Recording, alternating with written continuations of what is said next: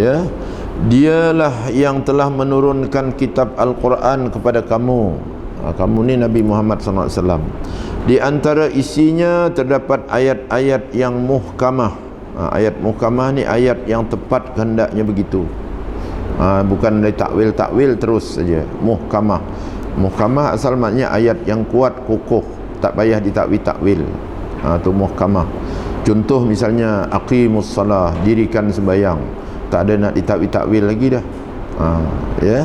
Wa atuz zakah, keluarkan zakat, bayar saja zakat. Itu muhkamah. Itulah induk Al-Quran. Dan yang lain ialah ayat-ayat yang mutasyabihah. Jadi induk dalam Al-Quran maksudnya itulah asas Al-Quran diturunkan tu ayat yang muhkamah tu, ataupun kebanyakan ayatnya muhkamah tu. Tu jadi induknya, ataupun jadi isi besar Al-Quran, ayat yang muhkamah, yang tepat begitu kehendaknya tu. Kemudian yang lainnya itu ayat mutasyabihah. Ayat mutasyabihah itu kira tambahan, bukan jadi asas, bukan jadi tujuan Al-Quran tu, bukan. Cuma dia nak menceritakan ada ayat-ayat yang mutasyabihah. Mutasyabihah ni perlu kepada huraian, perlu kepada tafsiran, perlu kepada takwilan, perlu kepada makna-makna yang lain di sebalik itu. Dia tidak tepat begitu. Itu sebahagiannya. Tapi yang banyaknya muhkamah. Yang sedikit yang lain itu mutasyabihah. Wa ukharu mutasyabihat. Adapun orang-orang yang mempunyai kecenderungan ke arah kesesatan, maka mereka selalu mengikut ayat-ayat yang mutasyabihah.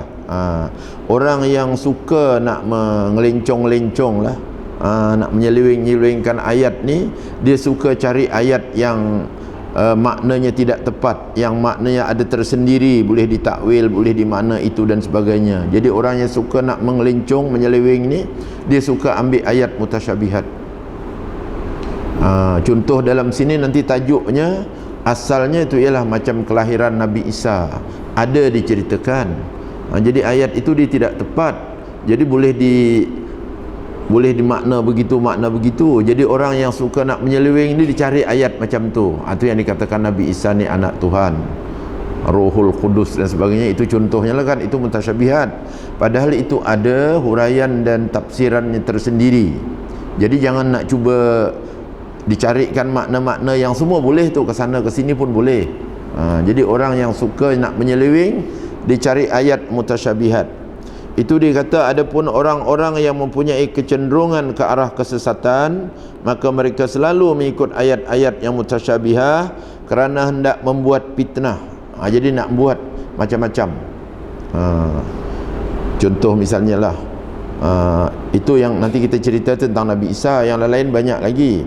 Katakanlah misalnya, pankihu ma tabalakum minan nisa masna wa sulasa wa ruba'. Jadi boleh kahwin 9, dia kata.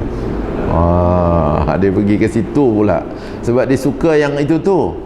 Boleh saja kalau dikatakan masna 2, sulasa campur 3 5, wa ruba' 4, campur 4 9. Itu bentuk yang macam itulah. Dia suka cari yang macam tu. Ada lagi macam-macam lagi. An salatihim daimun. Misalnya sembahyang mereka yang berterusan. Bukan sembahyang macam kita ni yang zuhur, asar, maghrib, isyak, subuh. Dia terus sembahyang, tak henti-henti sembahyang. Sembahyang salah daimun. Jadi boleh saja daimun tu diteruskan berterusan macam tu kan. Jadi lain pula dia perginya, dia saja nak menyelewengkan. Jadi sembahyang mereka ni pakai niat saja, jadi boleh berterusan. Yang sembahyang kita ni henti-henti, putus-putus. Mana hebat? Pula dah dia pergi ke situ pula. Hebat orang yang salatihim daimun itu. Kita sembahyang lah 5 minit zuhur.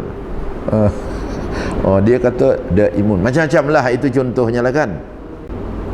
Ni oleh sebab itulah dia bukannya sewenang-wenang. Kalau ni nak takwil pun ditakwil yang maknanya munasabah ataupun tidak menimbulkan tauhidnya rosak. Itulah timbullah menyamakan Allah dengan barulah. Ada telapak kaki pula letak di kursi. Ada rohnya pula kongsi dengan Nabi Isa. Ni yang orang asal ni lah. Jadi ini asalnya ini turun ayat ni. Jadi boleh dibawa tu, nanti kiaslah kepada mana-mana yang ayat yang kita baca, ayat 7 surah Al-Imran ini. Tetapi nas ayat ini lebih umum. Tengok, walaupun sebab turunnya, sebab Nasara Najran tanya pada Nabi tentang Nabi Isa, nak menyelewengkan tentang kejadian Nabi Isa, padahal ayat tu bukan ayat muhkamat, ayat mutasyabihat. Jadi nas ayat ini lebih umum, bukan sebab turun Nabi Isa Najran tanya saja, apa-apa juga tu. Itu yang timbul-timbul sekarang ni. Umum daripada peristiwa itu lagi. Itu kalau kaedah usul tafsir dinamakan al-ibrah bi umumil lafzi la bi khususis sabab. Pengajarannya kerana lafaznya umum, bukan sebabnya khusus. Sebabnya memanglah Nasara Najran yang jumpa Nabi turun ayat ini. Tapi dia punya pengajaran apa juga yang bentuk yang mutasyabihat, pergi cari makna yang menimbulkan fitnah dan sebagainya, itu hendaklah kita jaga macam ayat ni bagi tahulah. Ia menggambarkan pendirian manusia yang berbelah bagi terhadap kitab Al-Quran yang telah diturunkan kepada Nabi-Nya sallallahu alaihi wasallam.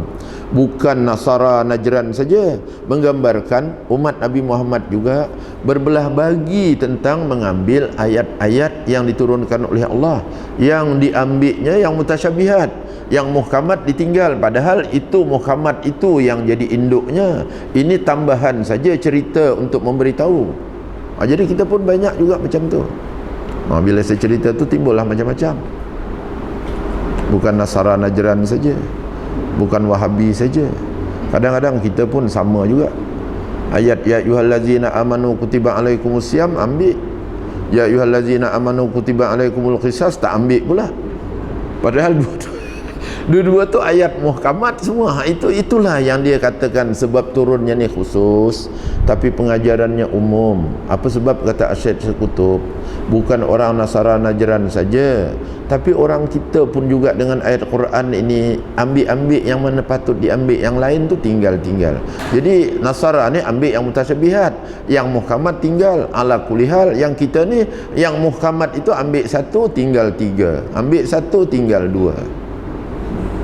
Lagi parah